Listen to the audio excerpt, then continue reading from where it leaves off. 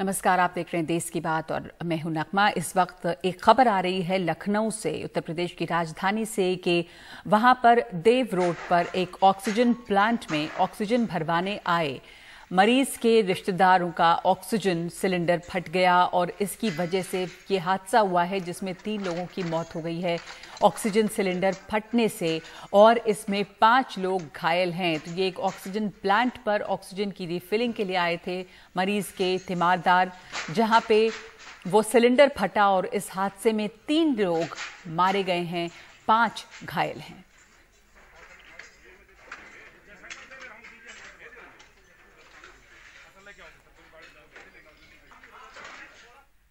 और कोरोना का असर देश के ज्यादातर इलाकों में है, लेकिन दिल्ली से सटे गाजियाबाद के इंदिरापुरम, वैशाली और वसुंधरा जैसे इलाकों की जो बहुमंजिला इमारतें हैं वो कोरोना हॉटस्पॉट बन चुकी हैं।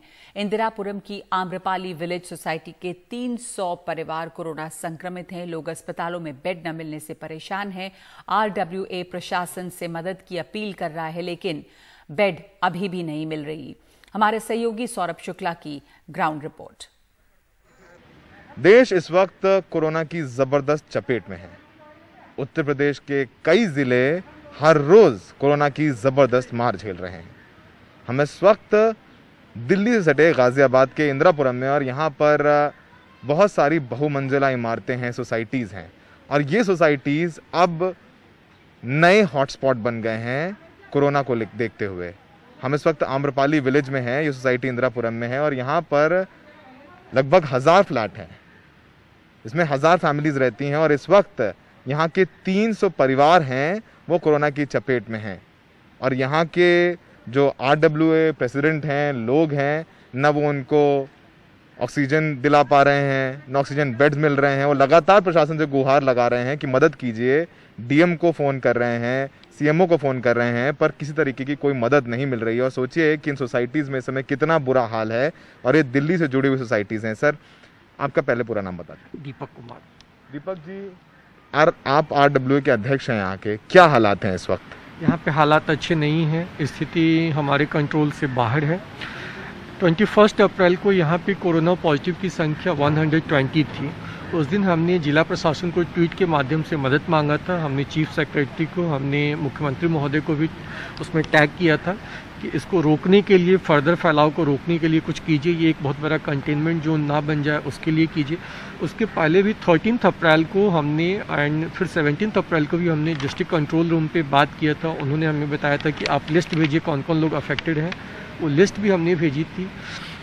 फिर 3 मई को सोसाइटी सील हुई है, हमारी सोसाइटी सील हुई है। फिर कल भी हमने SOS मांगा है। आज की डेट में अप्रॉक्स 30% जो पॉपुलेशन है वो अफेक्टेड है, फैमिली अफेक्टेड है। 250 to 300 फैमिली जो है अफेक्टेड है। अगर इंडिविजुअल काउंट को देखें तो वो समवेयर अराउंड 350 से 400 होंगे जो कि लोग कोरोना पॉजिटिव है असली। किसी के घर में 1 आदमी अफेक्टेड है, किसी के घर में 2 आदमी अफेक्टेड है, किसी के घर में ऐसा होता है कि एक आदमी के ठीक होने के बाद फिर तब तक दूसरे को इन्फेक्शन हो रहा है। तो इस इन्फेक्शन को, फैलाव को रोकने के लिए जिला प्रशासन से, सरकार से मेरी गुजारिश है कि वो हमें मदद करें। इसके लिए ज़्यादा टेस्टिंग हो, ताकि टेस्टिंग में लोग ज़्यादा निकल के आ पाएँ तो उनको उचित इलाज किया जा सके। दीपक जी, अब तक कितने लोगों की मौत हुई आपके सोसाइटी में? अभी तक 10 लोगों की डेथ हो चुकी है। 10 अप्रैल के ऑनवर्ड्स अगर हम देखें तो अभी तक 10 लोगों की डेथ हो गई है जी। सबसे बड़ी प्रॉब्लम हमारे पास है कि ये जो संख्या बढ़ता जा रहा है, कि अभी एक सोसाइटी में भय का माहौल है कि अब किसका नंबर आ जाएगा। हो सकता है मैं अभी आपसे बात करूं, 2 दिन के बाद मुझे शायद कोरोना पॉजिटिव हो जाए, या किसी को भी हो जाए। ये एक भय सोसाइटी में लोगों के कि अब किसका नंबर आ जाएगा, अब कौन पॉजिटिव हो जाएगा। इस भय को समाप्त करने के लिए हम क्या करें, ये हमें समझ में नहीं आ रहा है। ये हमें हेल्थ डिपार्टमेंट या डिस्ट्रिक्ट एडमिनिस्ट्रेशन की तरफ से ऐसा कैंप लगना चाहिए, टेस्टिंग होनी चाहिए, या ऐसा हमें सपोर्ट मिलना चाहिए ताकि लोगों के मन से जो डर का भाव है वो खत्म हो कि हाँ, अगर किसी को कोरोना पॉजिटिव हो भी जाते हैं, कोरोना हो भी जाते हैं, तो उसका इलाज संभव है। इलाज के अभाव में किसी की जान नहीं जाएगी। दूसरी मदद हमें चाहिए कि ऑक्सीजन सिलेंडर की व्यवस्था होनी चाहिए, और जो क्रिटिकल केस हो उनका किसी तरह किसी हॉस्पिटल में उनका इलाज हो, ये व्यवस्था होनी चाहिए। सोचिए कि यहाँ 1000 परिवार हैं, और 1000 परिवार में 300 परिवार इस समय कोरोना संक्रमित हैं, और इनके अध्यक्ष जो RWA के हैं, दीपक जी, वो बता रहे हैं किस तरीके से वो असहाय हैं। लोगों को अस्पताल में दाखिला नहीं मिल पाया। उन्होंने बताया कि एक पेशेंट की तो गाड़ी में ही मौत हो गई, ऑक्सीजन सिलेंडर्स नहीं मिल पा रहे हैं, टेस्टिंग नहीं हो पा रही है, तो सोचिए कि इन बहुमंजिला इमारतों में जहां पर देश का मिडिल क्लास रहता है उसकी इस वक्त कितनी बुरी हालत है। सरकार ने लोगों को छोड़ दिया है, उनके हाल पर कोई मदद नहीं मिल पा रही है और ये लोग ऑक्सीजन भरवाने के लिए अलीगढ़ से लेकर के बुलंदशहर तक दौड़ लगा रहे हैं। ये हालात हैं उन तमाम बहुमंजिला इमारतों की जो कि दिल्ली से सटे गाजियाबाद के इंदिरापुरम, वैशाली, वसुंधरा में है।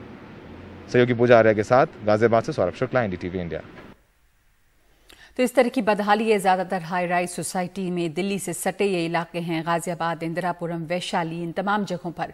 और ये जो दूसरी वेव है, इसके बाद तीसरी वेव भी आ सकती है। प्रिंसिपल साइंटिफिक एडवाइजर के विजय राघवन ने कहा है कि तीसरी लहर आएगी, लेकिन कब ये पहले से बताना मुश्किल है। अब से कुछ देर पहले उन्होंने मीडिया से बातचीत में कहा कि नई लहर के लिए हमें तैयार रहना चाहिए, ये बहुत नाजुक समय है।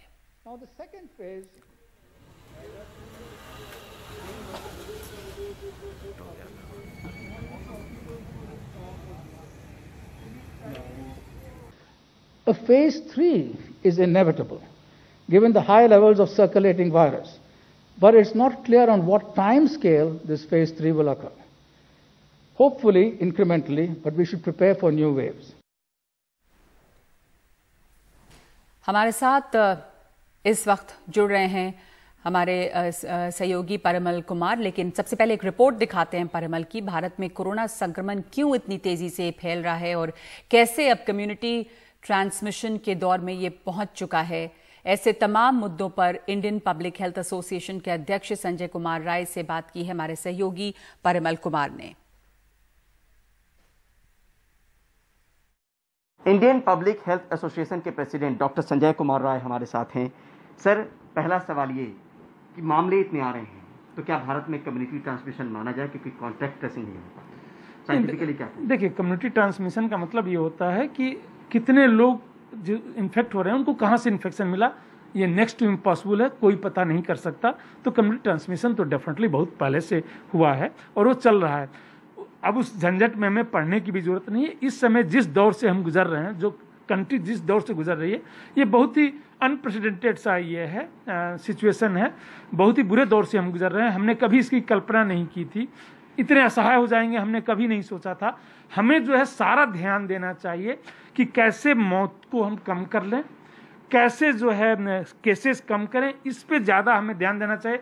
कम्युनिटी ट्रांसमिशन है नहीं है, यह अब आज की डेट में बेमानी है। नेक्स्ट 15 डेज अगर कोई मुझसे पूछे कि आपको क्या करना चाहिए, तो मैं कहूँगा कि सारा ध्यान जो है फर्स्ट मोस्ट प्रायोरिटी देनी चाहिए, मौत को कम करें। मौत को कैसे कम कर सकते हैं? 2 तरीके से। या तो कुछ केसेस कम होंगे तो अपने आप मौत पे इफेक्ट पड़ेगा, दूसरा बेस्ट पॉसिबल ट्रीटमेंट हो उनको हमें प्रोवाइड करनी चाहिए, चाहे वो टेंट में ही दें, केयर प्रोवाइड कर दें। ऑक्सीजन की जरूरत है तो ऑक्सीजन मिल जाए, कोई ऐसा ना हो कि बिना ऑक्सीजन का या किसी बिना दवा का की डेथ हो जाए। फोकस हमारा next 15 days war footing basis पे हमारा ये होना चाहिए। सभी लोगों को इसमें भागीदार बनना पड़ेगा, चाहे देश के जनता हो, सरकार हो, सभी लोगों को करना पड़ेगा। इसके लिए इवन हमें कुछ आइडेंटिफाई करना पड़ेगा कि केसेस क्यों ज़्यादा हो रहे हैं, इसको भी आइडेंटिफाई करना पड़ेगा। उस जगह पे लोकल एक्शन भी रिकमेंडेड है। जैसे मैं बताऊं, आप लोगों ने ही रिपोर्ट किया हुआ है कि बहुत से ये वैक्सीन लेने के बाद जो है लोग पॉजिटिव आ जा रहे हैं। और ये अभी जो है इस समय आज मैं वैक्सीन ले रहा हूँ, वह उसका इफेक्ट आएगा, वैक्सीन जो है जो इन्फेक्शन रोकेगा या सिवियरिटी रोकेगा 1.5 महीने बाद। नेक्स्ट 15 डेज मेरी वो प्रायोरिटी नहीं है इस समय, देश जिस दौर से गुजर रहा है। इस समय अगर इवन मुझे अगर जरूरत पड़े किसी जगह पे कि वैक्सीन बंद करके उन लोगों को मैं सेवा में लगाऊं, क्योंकि 70,000 के आसपास जो है इस देश में इस समय वैक्सीनेशन साइट्स हैं। 5 लोग कम से कम वहां पे हैं, तो 3.5 लाख लोगों को हम केयर में लगा सकते हैं तुरंत।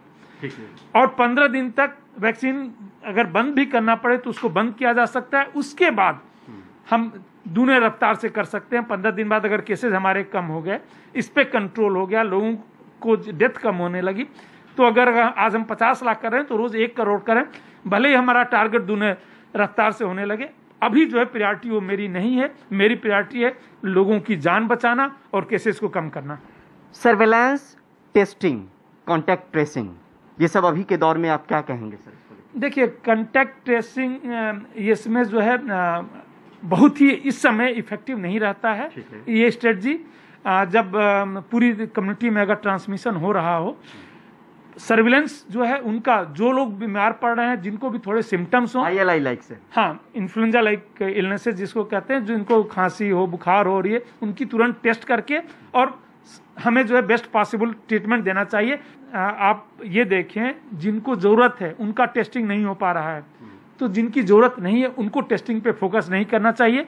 नेक्स्ट 15 डेज मेरा ये मानना है कि हमारा सारा ध्यान जो है सिर्फ इन पे होना चाहिए कि कैसे जो है केसेस कम करें और कैसे लोगों की जान बचाएं। IPHA ने क्या लिखा है सर, अगर मोटे तौर पे अगर 2-3 पॉइंट अगर शेयर? नहीं, अभी देखिए, हम गवर्नमेंट को हमने कुछ सुझाव दिए हुए हैं, तो वह गवर्नमेंट से आप पूछ लीजिए कि क्या सुझाव दिए हुए हैं, वो हमने दिया हुआ है, वह उसको मैं अभी कॉन्फिडेंशियली रखना चाहता हूँ। ठीक है, ठीक है, ठीक है, बहुत बहुत शुक्रिया आपसे। Thank you. नई दिल्ली से परिमल कुमार, NDTV इंडिया। और परिमल इस वक्त हमारे साथ जुड़ रहे हैं। परिमल, हमने देखी ये रिपोर्ट आपकी जिसमें इस बात की तरफ इशारा कर रहे हैं कि अब संजय कुमार जी के वैक्सीनेशन को थोड़ा थामने की भी ज़रूरत है, क्योंकि तमाम लोगों को इस समय लगाना चाहिए इलाज व्यवस्था में। साथ साथ राघवन साहब ने यह भी कहा है कि तीसरी वेव को कैसे कब आएगी पता नहीं है और उसको रोकना जो है प्राथमिकता होनी चाहिए। तो क्या इन्होंने बातें की उसमें, किस कोई जाहिर है कि कोई अंदाजा नहीं है, इसलिए और भी ज्यादा इंपॉर्टेंट हो जाता है कि सारा जो बल है वो लगे इसको मैनेज करने में इस समय पर बीमारी को। देखिए, प्रिंसिपल साइंटिफिक एडवाइजर जो है के विजय राघवन, उनकी बातों में दो चीजें हैं नगमा। एक अच्छी बात भी कह सकते हैं, दूसरी बुरी बात भी है। अच्छी बात यह है कि सरकार को या महकमा को इस बात का आभास इस बार हो गया है कि तीसरी लहर आएगी, हमारी तैयारी जो है वो बेहतर रखने की है, क्योंकि दूसरी लहर को लेकर इस तरीके की तैयारी किस तरीके की है जमीन पर वो हमें पता है, और उसी का भुगतान जो है वो तमाम लोग कर रहे हैं जो इसकी गिरफ्त में आ रहे हैं, जिनको तमाम मुसीबतों का सामना करना पड़ रहा है, चाहे इलाज को लेकर हो, चाहे दवाइयों को लेकर हो। तो एक अच्छी बात यह है कि कम से कम सरकार ने यह मान लिया है कि तीसरी लहर आएगी और हमारी तैयारी बहुत अच्छी रखनी है, तो उस हिसाब से वो तैयारी रखेंगे। उस तरह से कोताही नहीं बरती जाएगी जिस हिसाब से पहली लहर के बाद कोताही हमने देखी, और जिस तरीके की मारामारी है अभी फिलहाल लोगों को लेकर, क्योंकि बेड नहीं मिल रहे हैं, ऑक्सीजन सिलेंडर नहीं मिल रहे हैं, दवाइयाँ को लेकर ब्लैक मार्केटिंग की बात आ रही है, तो कम से कम ये अच्छी बात है। और उन्होंने ये भी कहा कि हमारे साइंटिफिक कम्युनिटी के द्वारा ये भी किया जा रहा है कि वायरस कितने हिसाब से म्यूटेट कर सकता है और क्या क्या म्यूटेट कर सकता है, उस हिसाब से भी वैक्सीन को लेकर वो शोध जो है वो फिलहाल चल रहा है। लेकिन सबसे चिंता की बात है कि देश की पॉजिटिविटी रेट अभी फिलहाल 24% है, 15% के ऊपर 24 राज्य हैं। कुछ राज्यों में ग्राफ घटना जरूर शुरू हुआ है, लेकिन उसको प्रारंभिक आंकड़ा है, उस पर बहुत भरोसा करना मुनासिब नहीं होगा, जिसमें महाराष्ट्र है, दिल्ली है, छत्तीसगढ़ है, मध्य प्रदेश है, फिर ये तमाम राज्य, तेलंगाना है, जहाँ पे कुछ केसेस में मामले में कमी जरूर आई है, लेकिन अब भी भारत करीब 4 लाख के हिसाब से रोजाना मामले दे रहा है और लोगों को ज्यादा सतर्क रहने की जरूरत है। लहर भी दस्तक देगी। जी जी, धन्यवाद आपका परिमल। और दिल्ली में ऑक्सीजन के सवाल पर केंद्र सरकार और अदालतों के बीच ठनी हुई है। आज दिल्ली हाईकोर्ट के आदेश के खिलाफ केंद्र सरकार सुप्रीम कोर्ट पहुंच गई। उसने अवमानना के लिए कारण बताओ नोटिस को चुनौती दी है। हालांकि सुप्रीम कोर्ट ने साफ कर दिया है कि अफसरों पर अवमानना की कार्रवाई करने का कोई इरादा नहीं है। हमारे साथ आशीष भार्गव जुड़ रहे हैं। ये ऑक्सीजन की लड़ाई जो है आशीष वो चली रही है। अब संख्या के ऊपर कि कितना दिया जा सकता है, कोर्ट ने साफ कहा है कि जो केंद्र का प्रस्ताव है उतना नहीं, उसे ज्यादा देना होगा और अब समय मिला है इसमें। ये जो टकराव है ये खत्म होता नजर नहीं आ रहा है अभी। जी देखिए, ये टकराव नहीं है, ये सुप्रीम कोर्ट ने पहले कर दिया कि इसको विपरीत तरीके से ना ले सरकार। हम कोई सरकार नहीं चला रहे हैं, हम सुझाव दे रहे हैं और अदालत का वो कर्तव्य है, उस कर्तव्य को निभा रहे हैं जो संविधान ने उसे सौंपा है। लोगों की जान बचाना बहुत जरूरी है। आप कहीं से भी लाइए 700 मीट्रिक टन, क्योंकि खुद केंद्र सरकार ने आश्वासन दिया था कोर्ट में 30 तारीख को कि वो पूरी मांग को पूरा करेगी दिल्ली की, तो इसलिए जो 700 मीट्रिक टन है वो देनी पड़ेगी, किसी भी तरह देनी पड़ेगी और जल्द देनी पड़ेगी।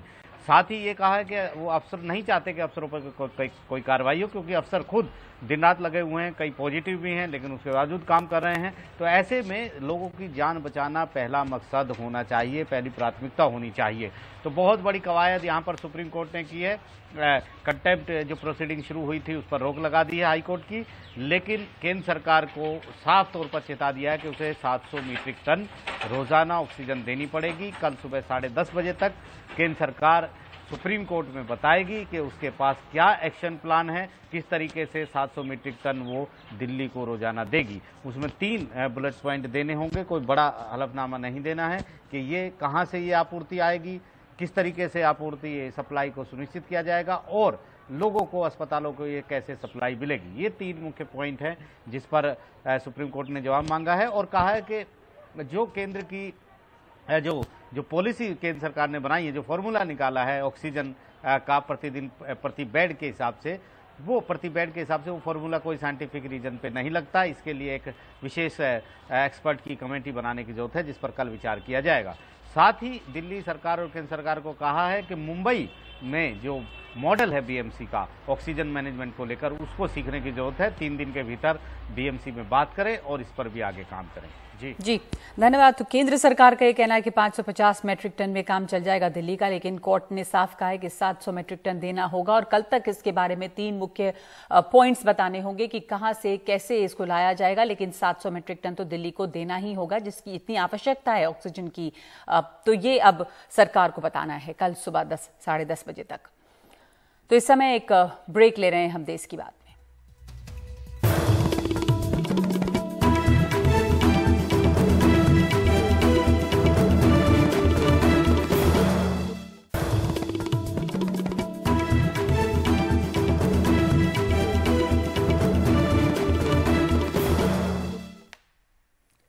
उत्तर प्रदेश में कोरोना का कहर जारी है और रोज अलग अलग हिस्सों से दर्दनाक तस्वीरें सामने आती हैं। अभी भी यहां पे 27 लाख से ज्यादा एक्टिव केस हैं और सरकारी आंकड़ों के मुताबिक 13,798 लोगों की मौत हुई है, जबकि यहां के शमशानों और कब्रिस्तान में इससे कई गुना ज्यादा लोगों का अंतिम संस्कार किया गया है। पहले हम दिखाते हैं आपको सिद्धार्थनगर की एक तस्वीर, जहां कोविड अस्पताल में एक साथ 4 मरीजों की मौत हो गई। जो मरीज के साथ आए थे लोग, उनका इल्जाम है कि मौत ऑक्सीजन न मिलने से हुई, जबकि प्रशासन का यह कहना है कि ऑक्सीजन की कमी नहीं है। यह है नौगढ़ का सेंटर कोविड वाला। ऑक्सीजन खत्म होने की वजह से 4 लोगों की डेथ हुई है। ये सब इन लोगों की लापरवाही है, जानबूझ के लापरवाही। पानी हमसे मांगे 3 बजे, हम 3 बजे रख के गए, वो पानी। सिद्धार्थनगर के कोविड अस्पताल में अजय यादव ने अपने ससुर को सोमवार को दोपहर 12 बजे भर्ती कराया था। मंगलवार को सुबह उनकी मौत हो गई। अजय रो रो के बताते हैं कि अस्पताल में बदइंतजामी की ये हालत है कि उनके ससुर को बहुत प्यास लगी थी। उन्होंने 3 बजे वहां पानी लाकर रखा, जिसे अस्पताल के स्टाफ ने उन्हें 7.5 घंटे बाद दिया। पानी हमसे मांगे 3 बजे, हम 3 बजे रख के गए, वो पानी पहुंचा। जब शाम को हम रात को 7 बजे खाना लेके आए, तब तक पानी वहीं रखा हुआ था। उसके बाद फिर हम 10 फोन किए, मधुबनिया चले गए। 10:30 बजे रात को उनको खाना और जो 3 बजे पानी रखा हुआ था वो जाकर मिला। 4 मरीजों की मौत के बाद सिद्धार्थनगर के डीएम फौरन अस्पताल पहुंचे और तीमारदारों को समझाया। उनका कहना है कि ऑक्सीजन की कमी नहीं है, लेकिन अगर किसी से कोताही हुई है तो जांच कर सजा दी जाएगी। मॉर्निंग में खबर मिली थी जिसमें 4 पेशेंट्स की डेथ L2 फैसिलिटी में आज हुई हैं, जिसमें कोई भी ऑक्सीजन की कमी से नहीं हुई है, बट परिजनों ने अपनी शिकायतें और वो कही गई हैं, वो मेरे द्वारा सुनी गई हैं। कहीं भी किसी भी लेवल पे अगर किसी ऑफिसर या किसी के द्वारा लैप्स किया गया है या कोई भी रिस्पॉन्सिबल बिहेवियर रहा है तो उसमें फिर कड़ी कार्रवाई भी होगी। प्रशासन का ये कहना है कि यहाँ पे ऑक्सीजन पर्याप्त है, ऑक्सीजन की कमी से मौत नहीं। यहाँ जो बगल में लड़का था वो बोल रहा है कि ऑक्सीजन हट गया था, कोई देखने वाला नहीं था, वो जो मरीज छटपटा रहा था मर गया।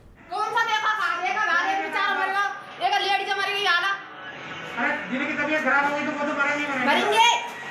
मोदी को भी मानना दे रहा है। ये एक बानगी है। ऐसे ही हालात यूपी में तमाम जगहों पे रहे हैं। मिसाल के लिए मथुरा में बीमार शीला देवी जिला अस्पताल के बाहर करीब 3 घंटे जमीन पे पड़ी रहीं, तड़पती रहीं, लेकिन वो भर्ती तभी हो पाई जब मीडिया के लोगों ने वहां पहुंच के दबाव बनाया। क्या बात है इनको? भर्ती ना कर रहे हैं यहाँ से? क्या कह रहे हैं ये? घर ले जाओ। यहाँ कोई उपचार नहीं मिल रहा तुम्हें? कब से आई है यहाँ पे? 2 घंटा से तड़प रही है ऐसी?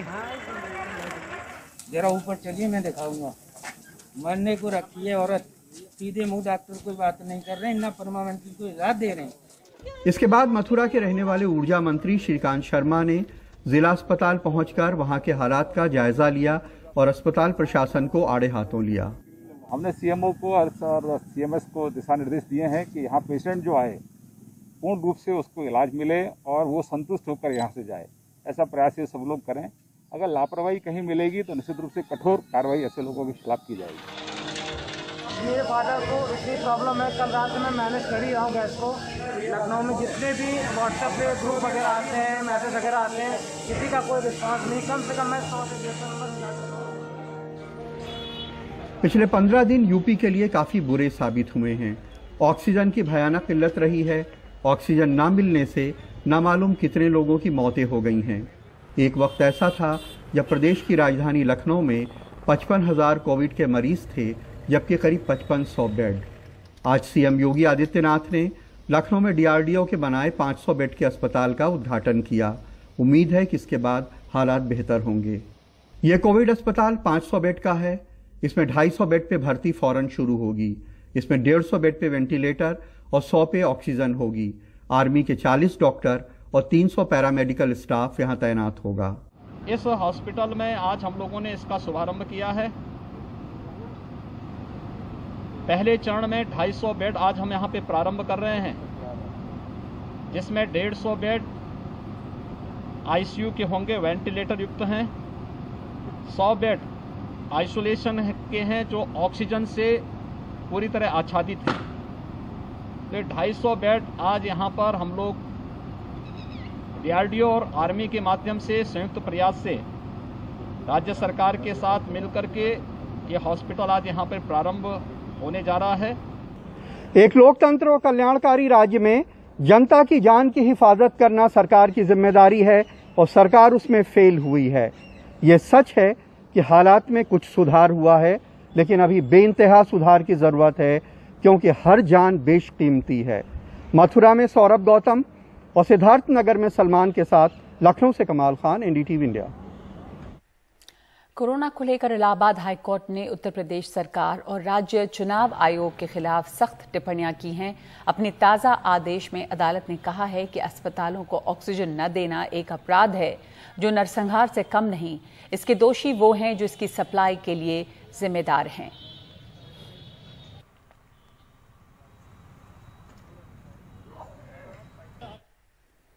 हाईकोर्ट के आदेश में कहा गया है कि ये कहने में हमें बहुत तकलीफ है कि अस्पताल में कोविड के मरीजों का बिना ऑक्सीजन मर जाना अपराध है जो किसी नरसंहार से कम नहीं, और इसके दोषी वो लोग हैं जिनकी ऑक्सीजन मंगाने और सप्लाई करने की जिम्मेदारी है।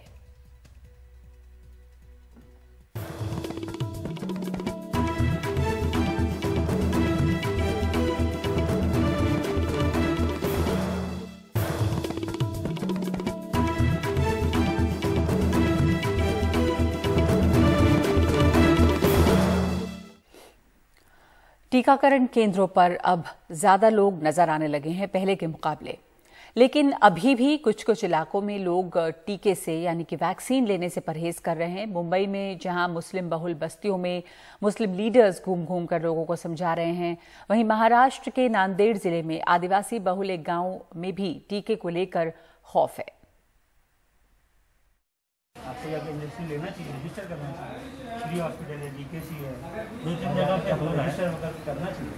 मुंबई की मुस्लिम बहुल बस्तियों में माहिम हाजी अली दरगाह समिति के सदस्य घूम घूम कर लोगों में वैक्सीन का खौफ हटाने की कोशिश कर रहे हैं। 1980 से पूछने के बाद मुझे इंजेक्शन लेने का मेरी उम्र हो गई है, क्योंकि नई लोगों को आगे तकलीफ ही है ना भाई। इन बस्तियों में शिराज अहमद, नौमान खातिब जैसे कई हैं जो सुनी सुनाई बातों के कारण टीका लगवाने को लेकर असमंजस में हैं। मैंने वैक्सीन नहीं लिया। देखिए तरह तरह की बातें मैं सुनता हूँ कि वैक्सीन से ये हो जाता है, वो हो जाता है। इसके लिए मुझे डर और खौफ है मुझे और मेरे घर वालों को, इसके लिए मैं नहीं ले रहा हूँ। लेकिन इंशाल्लाह जैसे ही मेरे घर वालों को खौफ डर निकल जाएगा तो मैं वैक्सीन लगवा लूँगा। तो बहुत से लोग यानी मैं से ये बोलते कि वैक्सीन से ये होता है क्योंकि मेरा पनवेल में भी दोस्त है, उन्होंने बोले कि एक जो पेरेंट्स थे उन्होंने उनके हस्बैंड वाइफ ने वैक्सीन लिया था, नेक्स्ट डे ऑफ हो गया। इसके लिए जरा दिमाग में कंफ्यूजन है सर। इनकेस मुझे कुछ होता तो मेरे फैमिली का क्या होगा। मुस्लिम लीडर्स की ओर से कलेक्टर बीएमसी को खत के जरिए मांग की गई है कि मुंबई के माहिम हाजी अली दरगाह, माटुंगा मस्जिद जैसी जगहों पर वैक्सीनेशन सेंटर शुरू हो ताकि लोगों में भरोसा बनाकर उन्हें टीका लगाया जा सके। ये सोसाइटी को पे बैक करने का जो टाइम है, हमारी टीम ने सोचा कि पूरा फोकस हम करें वैक्सीनेशन पे। इसका कोई क्योर नहीं है कोविड-19 का। एक चीज़ हमारे सामने आई है, वैक्सीन है जो आपको एक लिमिटेड प्रोटेक्शन दे सकती है फॉर सम टाइम, जो बॉडी में एंटीबायोटिक्स बढ़ाती है। तो इसमें हमने हमारे बीइंग आईएसओ रजिस्टर्ड बॉडी, हमारे पैनल के ऊपर कुछ डॉक्टर्स भी है, हमने इसके ऊपर स्टडी किया है और ये इमेच्योर फीलिंग से और थॉट से लोगों को हट जाना चाहिए और अपने आप को ये वैक्सीन से शील्ड करना चाहिए। इधर महाराष्ट्र के नांदेड़ जिले में आदिवासी बहुल बावनगुड़ा खेड़ी गांव टीके को ना कह चुका है। नहीं सर। क्यों डरते सर, सब बुखार आता, 2-3 दिन में बुखार आता, मर जाते लोग, व्हाट्सएप पे आता, हम टीवी पे देखता। हाँ, तो उसके लिए घबरा गए सारे लोग। हो, सब घबरा गए। सरकारी डॉक्टरों की टीम ग्राम पंचायत सदस्य के समझाने के बावजूद गांव के लोग वैक्सीन पर भरोसा नहीं बना सके हैं। हमारे यहाँ के लोग अनपढ़ थोड़ा है, टीका लगाने के बाद बीमार गिरते हैं और बीमार गिरने के बाद 2-4 दिन में उनकी मौत हो जाती है और आदमी नपुंसक ये हो जाता है करके बहुत सारे लोग टीका लेने से डर रहे। डॉक्टर की टीम आई थी, बहुत सारे लोगों को हम समझाए, लेकिन ये अफवाह के कारण उन्होंने बहुत सारे लोग हमको बोले कि तुम टीका लगाते, टीका लगाने के बाद हमारे घर में कुछ कम ज्यादा हो गया तो जिम्मेदारी आप लोग ले सकते क्या। बार बार कोशिश कर रहे हैं। उनके साइड में जो दूसरा गांव है, सिंदखेड़ है या फिर बावनगुड़ा है, वहाँ के लोगों ने टीका लगाया है और अच्छे से उनको यानी किसी को भी कुछ भी तकलीफ नहीं हुई है। ये भी हम उन लोगों को बता रहे हैं पर वो मानने को तैयार नहीं। वैसे इस लहर से पहले की तस्वीर और टीका केंद्रों पर अब की तस्वीर में बहुत फर्क है। भरोसा बढ़ रहा है और बढ़ाने की जरूरत है। नांदेड़ से कन्हैया खांडेलवाल के साथ मुंबई से पूजा भारद्वाज, एनडीटीवी इंडिया।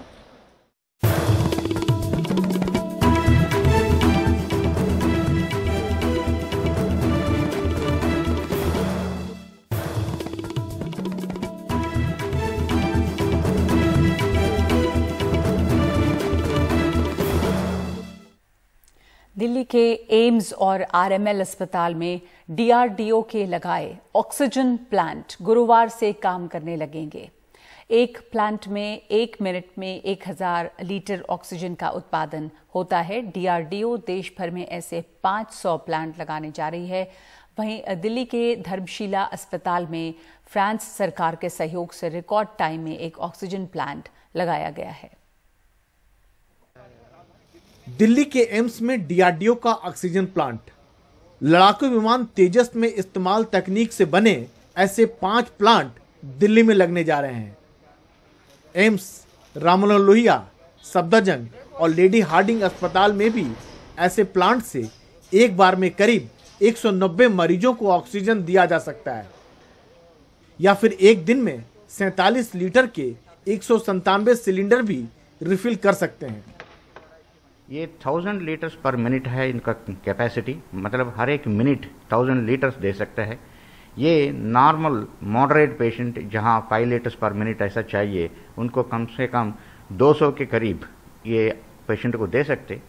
अगर वेंटिलेटर्स को देना है तो 40 से 50 वेंटिलेटर तक ये प्लांट्स के दे सकते हैं।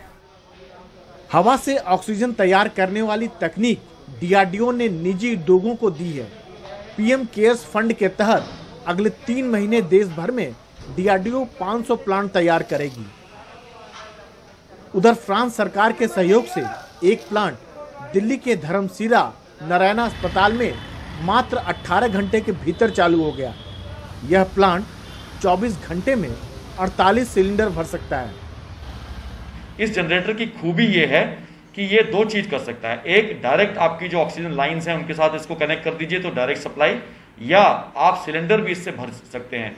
तो हमने, क्योंकि इस समय ऑक्सीजन लाइन वगैरह डालना इतना ज़्यादा हमने ज़रूरी नहीं समझा, हमने सिलेंडर भरने शुरू किए और 24 घंटे में अराउंड 48 से 50 सिलेंडर ये भरता है। जिसका मतलब ये है, आप इमेजिन कीजिए कि कुछ और पेशेंट जिनको हम ट्रीट नहीं कर पाते, अब आपको मालूम है एक एक पेशेंट रोड के ऊपर घूम रहे हैं, ऑक्सीजन नहीं है, बेड नहीं है, तो हमने वो करना शुरू कर दिया।